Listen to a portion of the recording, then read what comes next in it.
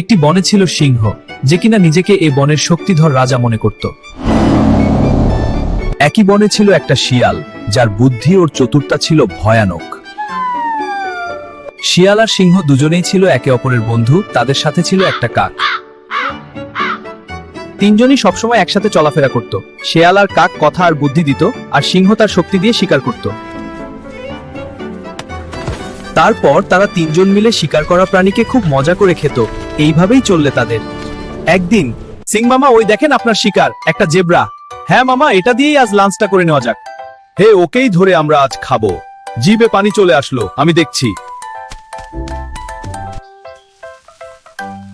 কি রে আমার খাদ্য, আজ তোকে আমি খাবো।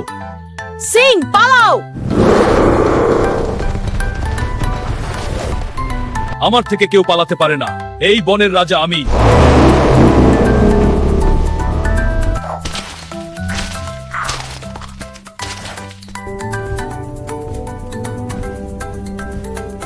আজ আর তেমন ভালো খাওয়ার মতো প্রাণী পেলাম না সিংহ মামা।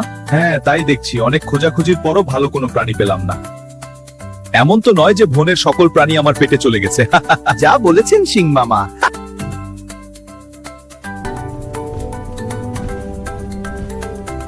সিংহ মামা, জিহ্ব তো পানি চলে আসলো। হ্যাঁ, এত চওড়া মোটা তাজা একটা প্রাণী কিভাবে হেলে দুলে হাঁটছে দেখছিস?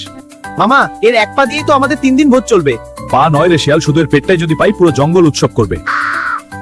কিন্তু মামা, হাতিটা তো সহজ শিকার না, শক্তি অনেক। আমার চেয়ে শক্তিশালী এই জঙ্গলে কেউ নেই। দেখ বেটাকে কিভাবে পরাস্ত করে ওর পায়ের রান দিয়ে ভোজন করি।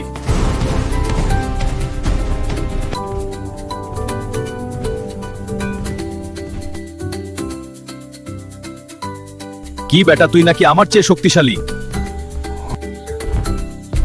তুই কে রে, আমার পথ এসে আটকিয়েছিস? দেখ, আমার মন মেজাজ একদমই ভালো নেই। এমনিতেই বউয়ের সাথে ঝগড়া করে এসেছি। তুই ঝগড়া করছিস না করছিস তাতে আমার কি? ওষুধ দিয়ে তো আর আমার পেট ভরে না।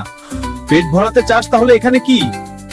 এই তো খুব ভালো প্রশ্ন করেছিস। আমি এখানে কি করতে এসেছি? এবার মূল পয়েন্টে আসি। আমি এসেছি এটা দেখতে, তুই আজ শিকারে পরিণত হবি নাকি আমি আজ না খেয়ে থাকবো। আর বিশ্বাস কর, আজ আমার না খেয়ে থাকার কোনো ইচ্ছে নেই। তবে রে,